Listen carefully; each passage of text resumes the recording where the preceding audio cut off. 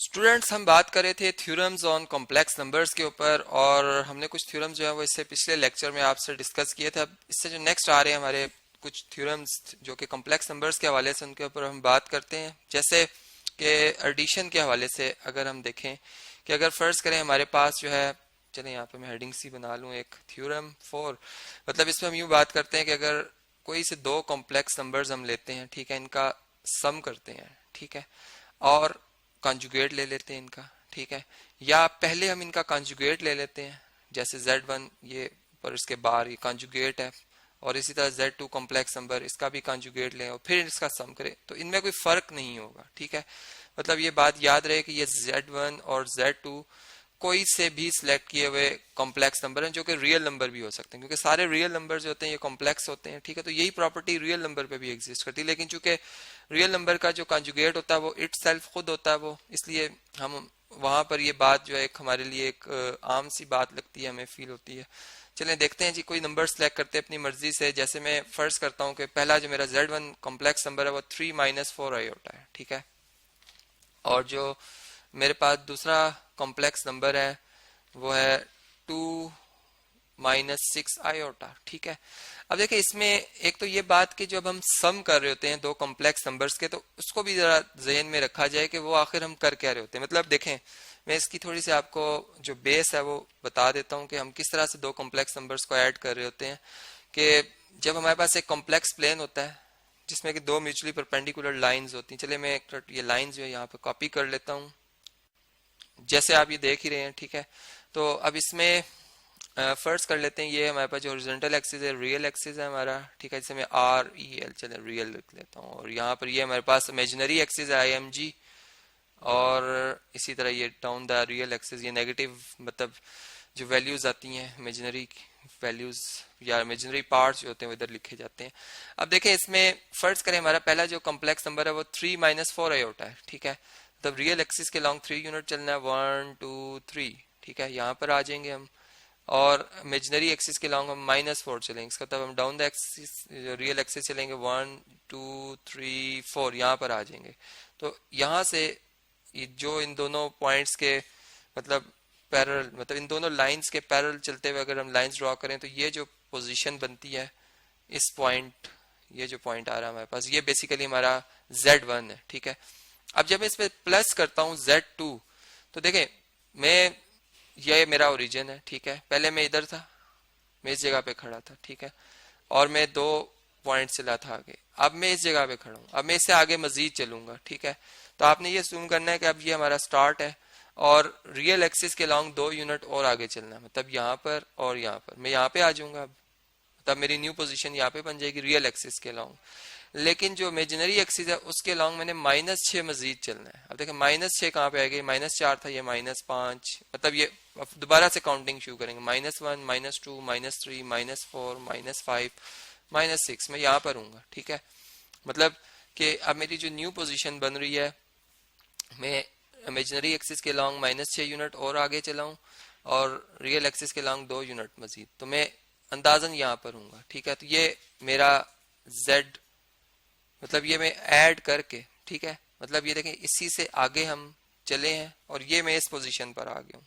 Basically ये सम में बता रहा हूँ आपको, ठीक है, कि सम करने के बाद जब हम Z1 और प्लस Z2 करेंगे तो हमारे पास जो नंबर आएगा क्या आएगा, रियल पार्ट्स ऐड होंगे 3 + 2 5, और इमेजिनरी पार्ट्स आपस में ऐड होंगे -4 आयोटा और -6 आयोटा, तो -10 आयोटा। अब देखें यहाँ पर अगर इस पॉइंट की पोजीशन देखें जो Z1 + Z2 है, ठीक है, तो अगर आप ये देखें तो यहाँ पर हम कितना यूनिट चले हुए हैं, 1 2 3 4 5 6 7 8 9 10, -10 यहाँ तक, ठीक है, मतलब इमेजिनरी एक्सिस के लॉन्ग, और रियल एक्सिस के लॉन्ग 1 2 3 4 5, तो ये पोजीशन बनी है हमारी, ठीक है। तो ये प्लस किया मैंने। अब इसमें Z2 अगर आप देखें तो Z2 बेसिकली जो है हमारे पास, अगर उसकी अपनी पोजीशन देखी जाए तो वो कहाँ पर आती है, इसके रियल एक्सिस के लॉन्ग 2 यूनिट डिस्टेंस है और इमेजिनरी एक्सिस के लॉन्ग -6 है, तो ये तकरीबन 1 2 3 4, यहाँ पे 4 5 6, यहाँ पर ये असल में पॉइंट यहाँ पर, ठीक है, Z2 ये है। लेकिन जब हम ग्राफिकली देखते हैं कि ये एक पॉइंट था, ये दूसरा था Z2, इनका डिस्टेंस ये था, ठीक है। तो जब हम इनको प्लस करेंगे तो हमारे पास जो z प्लस Z2 आएगा वो इसकी पोजीशन यहाँ पर आएगी, ठीक है। मतलब यहाँ पर हमने हेड टू टेल रूल जो है वो अप्लाई नहीं किया, ठीक है। हेड टू टेल रूल से हमने इसको ऐड नहीं किया, बल्कि हमने जो हमारे पास एक मतलब जो रियल पार्ट्स आपस में ऐड हुए और इमेजिनरी पार्ट्स आपस में ऐड हुए, तो इस तरीके से हम जब इनका एडिशन करते हैं तो ये हमें नजर आती है इनकी वैल्यू की हमारे पास जो है ये कॉम्प्लेक्स नंबर कहाँ पर आएगा इसका सम, ठीक है।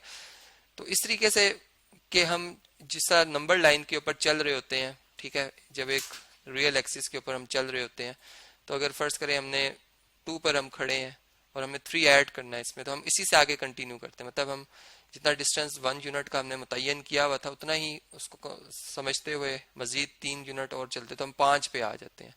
मतलब हम प्लस तो हमने 3 किया, लेकिन हम 2 से आगे 3 ऐड कर रहे हैं, इसलिए हम 5 पे आ जाते हैं। तो इसी तरीके से ये कॉम्प्लेक्स नंबर्स में भी बिल्कुल इसी तरह के एक पॉइंट पर आप खड़े हैं और इसमें जब दूसरा पॉइंट आप ऐड करते हैं तो आपकी जो न्यू पोजीशन होती है वो जो दोनों एक्सिस के अलाउंग आपने मजीद नया फासला तय किया वो आप ऐड करके बताते हो कि मैं इस जगह पर हूँ, ठीक है। ये आपको एडिशन समझ में आई।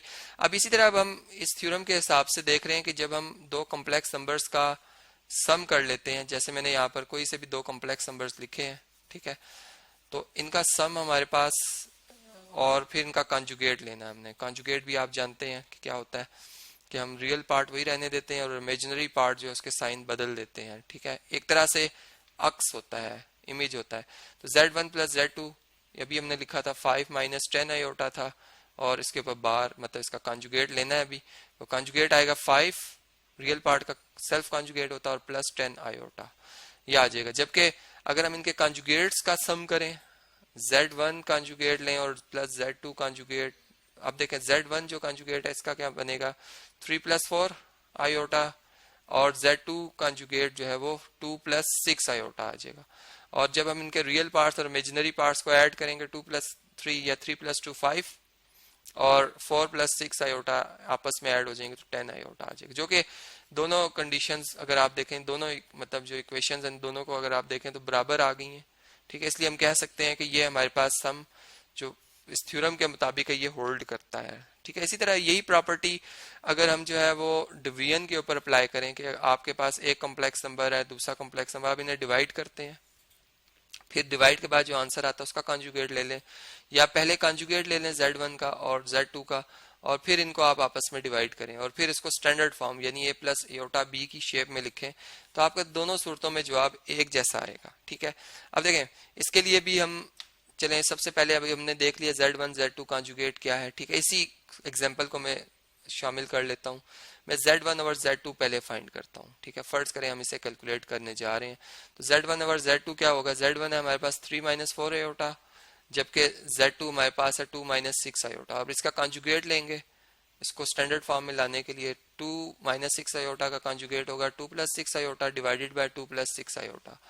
और इसको अगर हम देखें तो न्यूमरेटर्स आपस में मल्टीप्लाई होते हैं और डिनोमिनेटर्स आपस में मल्टीप्लाई होते हैं। न्यूमरेटर्स का प्रोडक्ट, ठीक है, 3 माइनस 4 आयोटा इंटू, ये मैं इनको मल्टीप्लाई नहीं कर रहा हूँ, ये आपके लिए होमवर्क होगा, आप इन्हें खुद मल्टीप्लाई करेंगे। हम सिर्फ जो डिनोमिनेटर उसको उसमें से जो इमेजिनरी पार्ट है वो खत्म कर रहे हैं। तो ये 2 का स्क्वायर 4 और माइनस यानी a plus B into A minus B का फार्मूला मैंने यूज किया जिसमें एक दफा प्लस एक दफा माइनस हो तो A square minus B square आता है, ठीक है। 2 का square 4 minus B square 6 iota square जो कि 36 आयोटा स्क्वायर आएगा। आयोटा स्क्वायर किसके इक्वल होता है जी -1 के, इसकी जगह -1 आ जाएगा और -1 जो है -36 से मल्टीप्लाई होकर +36 हो जाएगा। तो इस तरीके से ये हमारे पास 4 प्लस 36 कितना आ जाएगा जी 40 आ जाएगा, ठीक है। तो ये हमारे पास z1 ओवर z2 और इसका अगर कॉन्जुगेट ले लेंगे हम तो क्या वैल्यू आएगी जी, इसकी वैल्यू मैं यहाँ पर लिख रहा हूँ। मतलब कि इस पूरे का जब कॉन्जुगेट लेंगे तो जारी बात है कि मुझे इस आंसर के ऊपर बार लगानी है, ठीक है। इस आंसर तो इसका इस कॉम्प्लेक्स नंबर और इस कॉम्प्लेक्स नंबर दोनों का कॉन्जुगेट लेना होगा मुझे। तो ये बन जाएगा 3 प्लस 4 आयोटा, ठीक है, पहले कॉम्प्लेक्स नंबर का कॉन्जुगेट। दूसरे का बनेगा 2 माइनस 6 आयोटा और डिवाइडेड बाय 40। और इसी तरीके से अगर मैं जो है इनके अब जो कॉन्जुगेट्स हैं उनको डिवाइड कर लूंगा आपस में, ठीक है, और फिर देखूंगे क्या जवाब आता है। चलिए उसको भी हम देख लेते हैं कि z1 कॉन्जुगेट है हमारे पास कितना जी 3 प्लस 4 आयोटा और ये हमारे पास है 2 प्लस कितना था जी Z2 कितना है जी हमारे पास 2 + 6 आयोटा, ठीक है। इसके कंजुगेट से मल्टीप्लाई कर लें, 2 - 6 आयोटा, 2 - 6 आयोटा, यह आ जाएगा 3 + 4 आयोटा, ठीक है, और 2 - 6 आयोटा, और डिवाइडेड बाय 2 का स्क्वायर 4 और -36 का स्क्वायर और फिर आयोटा स्क्वायर, तो ये फिर +36 हो जाएगा जो कि 40 ही बनता है। तो ये सेम आए हैं आंसर्स।